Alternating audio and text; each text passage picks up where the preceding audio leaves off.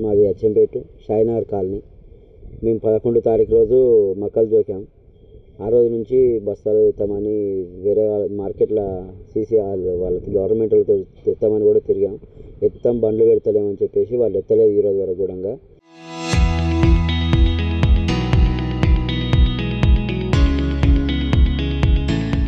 మొన్న కూడా వచ్చి చూసిపోయాం. మొన్న చేనుకాడ వర్షం పడింది, విత్తనాలు వేస్తున్నాం.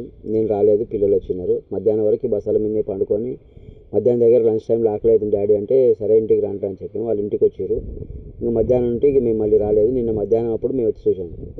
చూస్తే అప్పటి వరకు బస్తాలు లేవని అటు ఇటు తిరిగి చూసి అక్కడిక్కడ చూసి వేళని వీళ్ళని అడిగితే లేబర్ అమ్మాయిలను కూడా అడిగితే వాళ్ళు ఏమన్నారు, మాకు తెలియదు, మేము ఎత్తలేదు, ఎవరు ఎత్తారు మాకు తెలియదు వాళ్ళు అన్నారు. వేరే స్టేట్ల వాళ్ళ గుమస్తలను కూడా అడిగినాం, మేమేమి ఎత్తలేదు, మా కాడ కూడా లేవు, మేము ఎత్తలేదులే అని చెప్పారు వాళ్ళు కూడా.